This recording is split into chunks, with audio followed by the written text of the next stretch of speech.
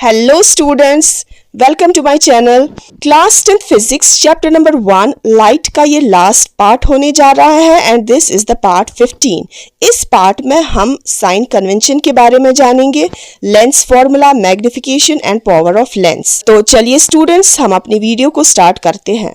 पहले sign convention. Sign convention lenses का वैसा ही होता है जैसे कि आपने मिरर्स में पढ़ा होता है। आपको पता है स्टूडेंट्स, मिरर्स की जो सारी डिस्टेंसेस है वो पोल से मेजर होती है, मगर इन लेंसेज में जो भी डिस्टेंसेस मेजर होती है वो ऑप्टिकल सेंटर से मेजर होती है। चाहे ऑब्जेक्ट डिस्टेंस हो, चाहे इमेज डिस्टेंस हो और चाहे फोकल लेंथ हो। आपको स्टूडेंट्स पता है ऑब्जेक्ट डिस्टेंस वो वाली डिस्टेंस होती है जो लेंस और ऑब्जेक्ट के बीच में होती है, और इमेज डिस्टेंस वो वाली डिस्टेंस होती है जो इमेज और लेंस के बीच में होती है। फोकल लेंथ जो ऑप्टिकल सेंटर और फोकस के बीच की लेंथ है वो फोकल लेंथ मानी जाती है। इनका न्यूमेरिकल वैल्यू जब भी हम लेते हैं तो उसमें हमें पूरा ध्यान रखना होता है साइंस का, और वो साइंस हमें देती है साइन कन्वेंशन।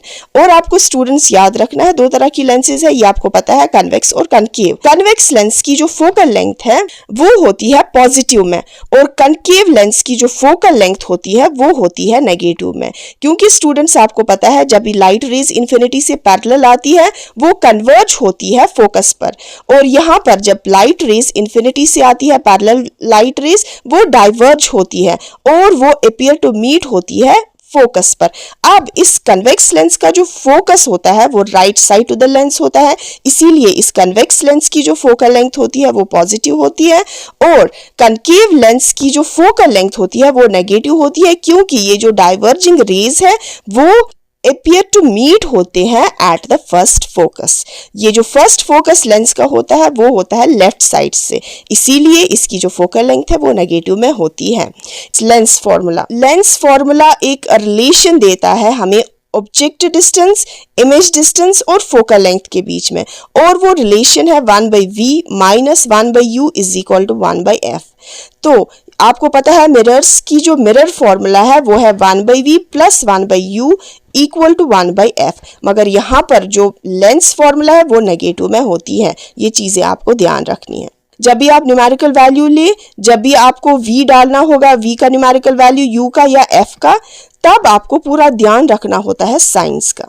इसके बाद स्टूडेंट्स मैग्निफिकेशन जो लेंसेज में होती है, मैग्निफिकेशन वो बिल्कुल सेम है जैसे स्फेरिकल मिरर्स की मैग्निफिकेशन होती है, मगर वहां पर आपको पता है मिरर फॉर्मूला में पॉजिटिव साइन होता है और मैग्निफिकेशन मिरर्स की नेगेटिव में होती है, मगर यहाँ पर लेंस फॉर्मूला नेगेटिव में होता है और मैग्निफिकेशन पॉजिटिव में होती है। अब मैग्निफिकेशन हमें रेशियो देता है height of image and the height of object. तो students m equal to height of image divided by height of object, और हाइट ऑफ इमेज रिप्रेजेंट होता है h डैश से और हाइट ऑफ ऑब्जेक्ट रिप्रेजेंट होता है h से। ये हमें बोलता है अगर आपका ऑब्जेक्ट सपोज 3 सेंटीमीटर का है और इमेज जो आपकी बनी वो कितने साइज की होगी।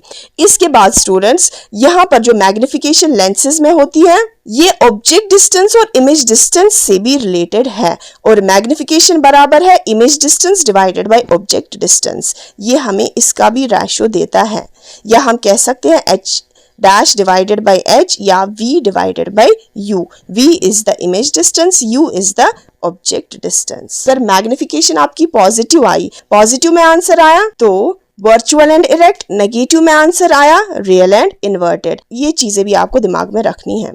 नाउ इसके बाद चैप्टर का लास्ट टॉपिक है power of a lens. Lens का पावर क्या होता है? तो स्टूडेंट्स आपको पता है what is convergence and what is divergence. तो स्टूडेंट्स आप देख सकते हैं यहाँ पर ये जो कनकेव लेंस है, this lens is also called as diverging lens, क्योंकि इसमें जो लाइट रेज है वो डाइवर्ज होती है, और जो कन्वेक्स लेंस है हमारा, that lens is also called as converging lens, क्योंकि यहाँ पर जो लाइट रेज है कन्वर्ज होती है। अब कितनी कन्वर्ज हुई इस लेंस में, कन्वेक्स लेंस में या कनकेव लेंस में? कन्वेक्स लेंस में कितनी कन्वर्ज हुई, मतलब क्या ये कन्वर्ज, सपोज यहाँ पर ये कन्वर्ज हुई 1 सेंटीमीटर की दूरी पर। कोई लेंस ऐसा होता है जिसमें कन्वर्ज होती है 2 सेंटीमीटर की दूरी पर। सपोज लेट अस सपोज हम एग्जांपल लेते हैं, यहाँ पर इस लेंस का कन्वर्जेंस 2 सेंटीमीटर पर है और इस लेंस का कन्वर्जेंस सपोज 1 सेंटीमीटर पर है। तो ये जो कन्वर्जेंस या डाइवर्जेंस डिपेंड करता है, ये फोकल लेंथ पर डिपेंड करता है। आप देख सकते हैं स्टूडेंट्स, यहाँ पर कन्वेक्स लेंस की जो फोकल लेंथ है वो 1 सेंटीमीटर है और यहाँ पर कन्वेक्स लेंस की जो फोकल लेंथ है वो 2 सेंटीमीटर है। तो आपको पता है फोकल लेंथ फोकस तक की डिस्टेंस मानी जाती है।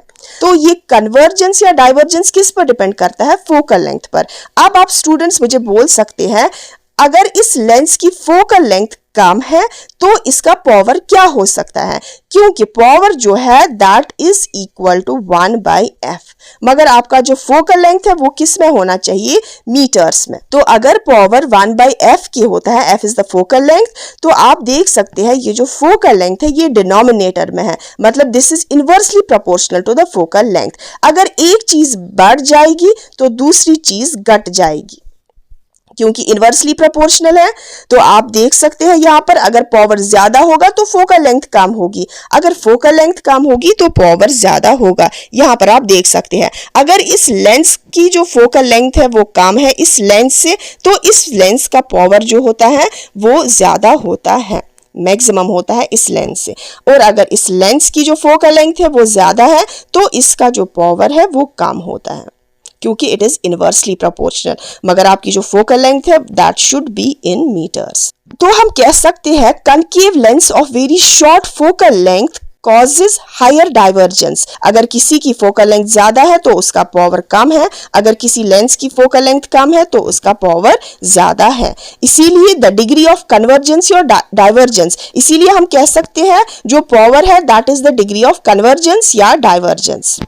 Power is the reciprocal of focal length, ऐसे हम डिफाइन कर सकते हैं, and is denoted by letter P। तो P is equal to 1/f। Power का जो ऐसा यूनिट है वो डायोप्टर है और डिनोट होता है D से। तो हम 1 डायोप्टर को डिफाइन भी कर सकते हैं। तो हम कह सकते हैं 1 डायोप्टर वो वाला पावर होता है लेंस का जिस लेंस की फोकल लेंथ 1 मीटर है। डायोप्टर को हम डिफाइन कर सकते हैं, हम कह सकते हैं 1 dioptre is the power of lens whose focal length is 1 metre. और अब आप कह सकते हैं कन्वेक्स लेंस का पावर कैसा होगा और कनकेव लेंस का पावर कैसा होगा। आपको पता है स्टूडेंट्स, कन्वेक्स लेंस में जो फोकल लेंथ है वो पॉजिटिव है और कनकेव लेंस की जो फोकल लेंथ है वो नेगेटिव में है, और कनकेव लेंस की जो फोकल लेंथ है वो नेगेटिव में है। इसीलिए कन्वेक्स लेंस का पावर भी पॉजिटिव में होता है और कनकेव लेंस का फोकल लेंथ नेगेटिव में होता है।